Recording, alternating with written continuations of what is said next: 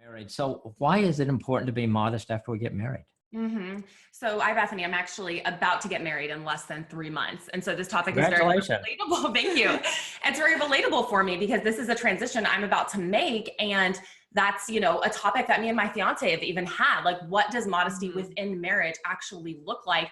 And why is it important? And so I think it's important to remember that modesty isn't just about a list of rules. It's not just about like legalism, like do this because you need to, be good enough. It's not about any of that. And so when you view modesty out of a heart that says, I want to glorify God with the way that I dress. I want to honor him. And I really do. I want to honor God. And out of an overflow of my desire to honor him, I want to honor the men around me. I want to even honor the women around me in the way that I dress. And so for me thinking of Dave, my future husband, personally, I don't really want a bunch of other men looking at me going like, ooh, look at how hot she is. Like, I want to dress in a way that draws attention to my face and not to my curves. And I know that that is something Dave, my fiance and soon to be husband, really appreciates and really values. And he looks at me and he says, wow, I'm so thankful that you're willing to kind of make that sacrifice in this hot Texas heat, to be willing to still, as a married woman, to still hold on to that value and embrace that. And, I'm excited to be able to get married and behind closed doors, enjoy not having to be so modest, Absolutely.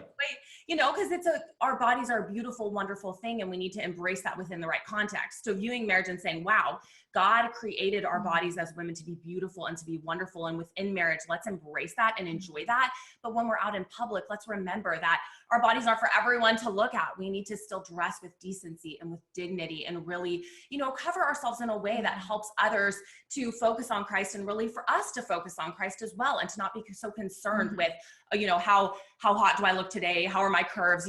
Really striving to glorify God even after that. So as someone who's about to get married, that is something I absolutely plan to take into marriage. And I would just encourage other married women to not ditch it once they put a ring on their finger and to say that's just for the single people, but to really consider, what is my heart in this? And if my heart is to glorify God as a single, that needs to be my same heart as a married woman.